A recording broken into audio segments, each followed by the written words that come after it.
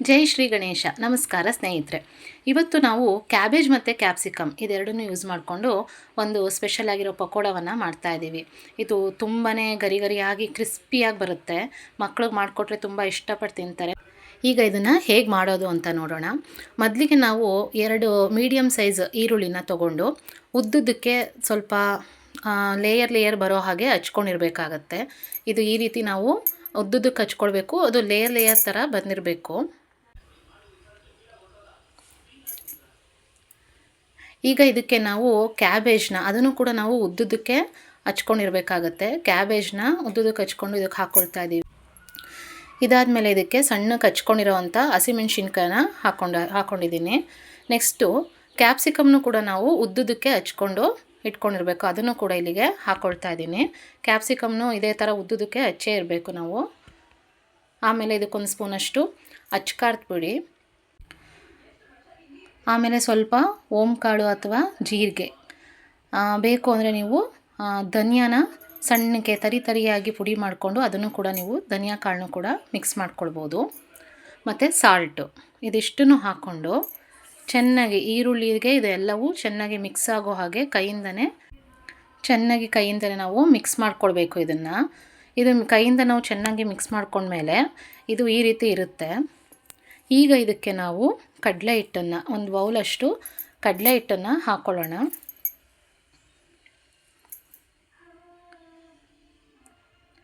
ನಿಮಗೆ ಎಷ್ಟು ಬೇಕೋ, ನಿಮ್ಮ ಮನೆಗೆ ಎಷ್ಟು ಬೇಕೋ ಅನ್ನಿಸುತ್ತೋ ಅಷ್ಟು ನೀವು ಮೆಷರ್ಮೆಂಟಲ್ಲಿ ನೀವು ಮಾಡ್ಕೊಳ್ಬೋದು. ಇದಕ್ಕೆ ನಾನು 2 ಸ್ಪೂನಷ್ಟು ಜೊತೆಗೆ ಅಕ್ಕಿ ಹಿಟ್ಟನ್ನು ಹಾಕ್ಕೊಳ್ತಾ ಇದ್ದೀನಿ.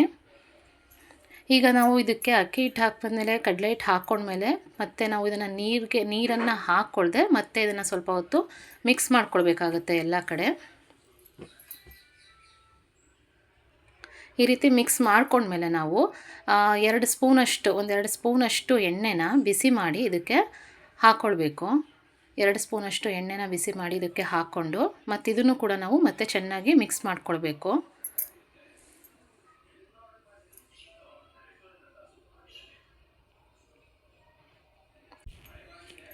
ಇದು ಚೆನ್ನಾಗಿ ಮಿಕ್ಸ್ ಆದಮೇಲೆ ಇದಕ್ಕೆ ನೀರು ಹಾಕೊಳ್ಳೋ ಅವಶ್ಯಕತೆ ಇದ್ದರೆ ಮಾತ್ರ ನೀರು ಹಾಕ್ಕೊಂಡು ಕಲಸಿರಬೇಕಾಗತ್ತೆ. ಇಲ್ಲ ಅಂತಂದರೆ ನಾವು ಈರುಳ್ಳಿ ರಸದಲ್ಲೇ ಇದನ್ನು ನಾವು ಈ ರೀತಿ ಕಲಿಸ್ಕೊಳ್ಬೋದು ಚೆನ್ನಾಗಿ.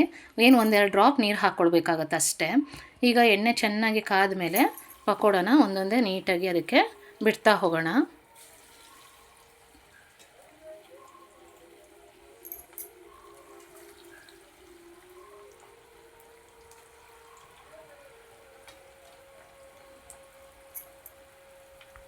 ಇದು ಸಂಜೆ ಕಾಫಿಗೆ, ಅದರಲ್ಲೂ ಚಳಿಗಾಲದಲ್ಲಿ ಅಥವಾ ಮಳೆ ಬರ್ತಿದ್ದಂಥ ಟೈಮಲ್ಲಿ ಸಂಜೆ ಹೊತ್ತು ಇದನ್ನು ಮಾಡಿಕೊಟ್ರೆ ಮಕ್ಕಳು ಎಷ್ಟು ಖುಷಿಯಾಗಿ ತಿಂತಾರೆ ಅಂತಂದರೆ ಎಷ್ಟು ಕೊಟ್ಟರೂ ಸಾಕಾಗಲ್ಲ, ಅಷ್ಟು ಖಾಲಿ ಆಗ್ತಾನೆ ಇರುತ್ತೆ. ಕ್ರಿಸ್ಪಿಯಾಗಿರುತ್ತಲ್ವ, ಹಾಗಾಗಿ ಮೊದಲೇ ಡೀಪ್ ಫ್ರೈ ಅಲ್ವಾ, ಮಕ್ಳಿಗೆ ತುಂಬಾ ಇಷ್ಟ ಆಗುತ್ತೆ ಇದನ್ನು.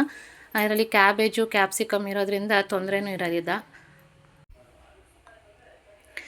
ಈಗ ರುಚಿಯಾದಂಥ ಮತ್ತು ಕ್ರಿಸ್ಪಿಯಾದಂತಹ ಕ್ಯಾಬೇಜ್ ಆ್ಯಂಡ್ ಕ್ಯಾಪ್ಸಿಕಮ್ ಪಕೋಡ ರೆಡಿಯಾಗಿದೆ. ನೋಡಿ ಇದು ಎಷ್ಟು ಚೆನ್ನಾಗಿರುತ್ತೆ ಅಂತಂದರೆ ಅಷ್ಟೇ ಕ್ರಿಸ್ಪಿ ಗರಿಯಾಗಿರುತ್ತೆ. ಇದು ತಿನ್ನೋಕ್ಕೆ ತುಂಬಾ ಚೆನ್ನಾಗಿರುತ್ತೆ. ಕಾಫಿ ಟೀ ಜೊತೆ ತಿಂತಾಯಿದ್ರೆ ಸೂಪರಾಗಿರುತ್ತೆ ಇದು.